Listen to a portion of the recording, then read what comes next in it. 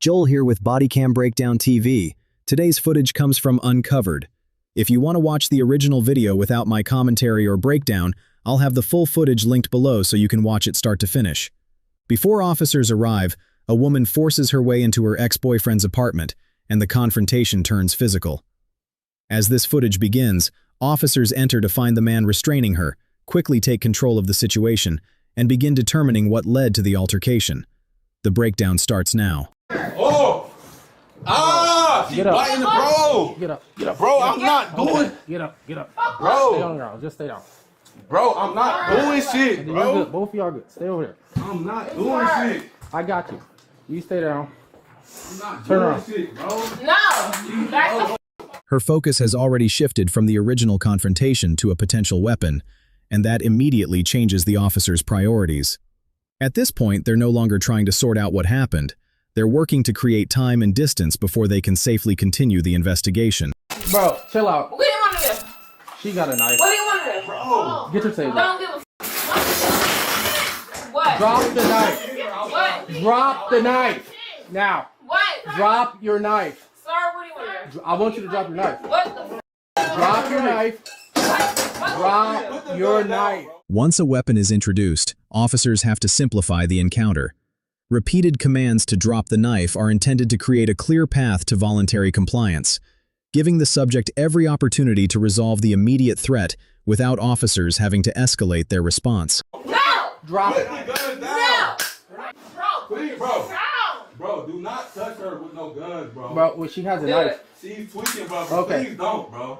Get over here. Bro. Walk to me slowly. I don't care. I don't want to shoot for anything crazy, but you need to get away I from don't care. I don't care. I literally came to drop my gun. A taser isn't guaranteed to stop every subject.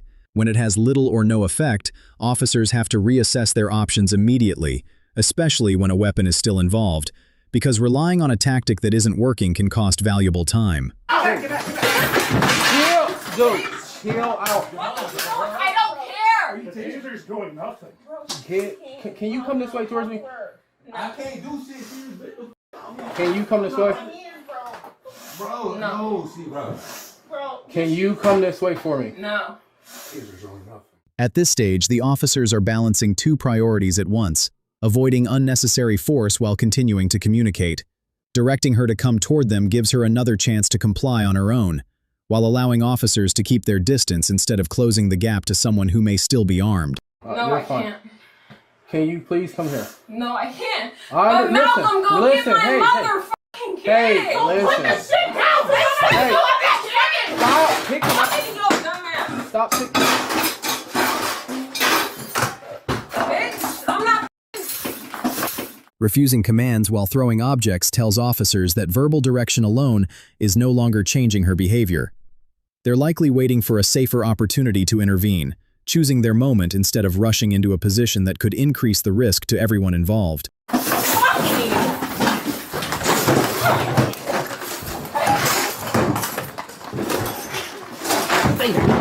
What do you need? What's going on?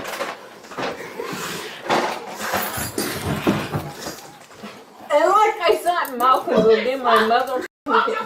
Once she moves within reach, officers transition from containment to physical control. The goal is to secure her hands as quickly as possible, because handcuffing significantly reduces the subject's ability to continue resisting or gain access to a potential weapon. Bitch, shut the f*** up! Bitch, you couldn't see Let me go of my hand. one-on-one! You couldn't see the one-on-one! You yeah, bitch! Bitch, you literally dropped me! You saw me! That's the whole We have handcuffs. Yeah! Get her outside.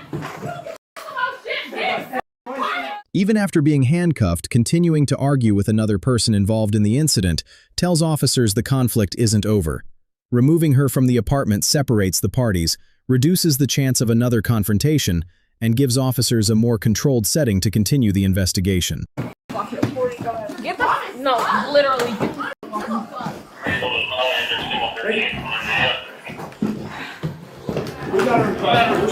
You're gonna fall down the step. Go. We'll carry you if we have to, dude. You're tripping for no reason. Movement after an arrest can become one of the more challenging parts of the encounter. When a handcuffed subject refuses to cooperate, officers have to slow the pace and maintain control to reduce the risk of falls or injuries while completing the transport. Listen. Stop. I don't want my kids. Watch her foot, her I'm foot, going to her be foot, her calm. foot. Break it. I am going to be calm. Okay, well get your foot out of here. No. And walk like a grown adult. No. Get your foot out! Fuck you. No. Continued noncompliance forces officers to devote more attention to the transport instead of the investigation. Their objective is to keep the movement controlled and deliberate until she's safely secured in the patrol vehicle. No. Oh, she's doing the shot. I'm going to take my kids. You're only making it worse. No. Stop. There you're down. I literally Yeah, just said. I don't want my kids to see. When a subject won't walk under their own power, officers may have to physically carry them to complete the transport. It's a resource-intensive option, but it allows the encounter to keep moving without prolonging the disruption at the scene. Too I bad. like this. Fuck that. Let their dad come get them. Now walk normal. Stand up. Break my arms. Stand up. You're thinking. No, you're tweaking. No, let me stand up. Can you get, that's her kid. No. The incident ended with the woman being taken into custody after officers safely removed her from the apartment and completed the arrest. According to the available case information, she was arrested for obstructing justice, resisting arrest, battery on a law enforcement officer, domestic violence, breaking and entering, child endangerment, and criminal damage to property. No information regarding a plea or sentencing has been made public. This incident highlights how officers often have to balance resolving the immediate threat with preserving the scene so the investigation can continue once everyone involved is safely separated. What are your thoughts on how officers handled this incident? Let me know in the comments below. That's it for this video. How do you think officers handled this one? Let me know in the comments below. If you enjoy these types of breakdowns, be sure to like, subscribe, and turn on notifications so you never miss a new video. Thanks for watching, and I'll see you on the next breakdown.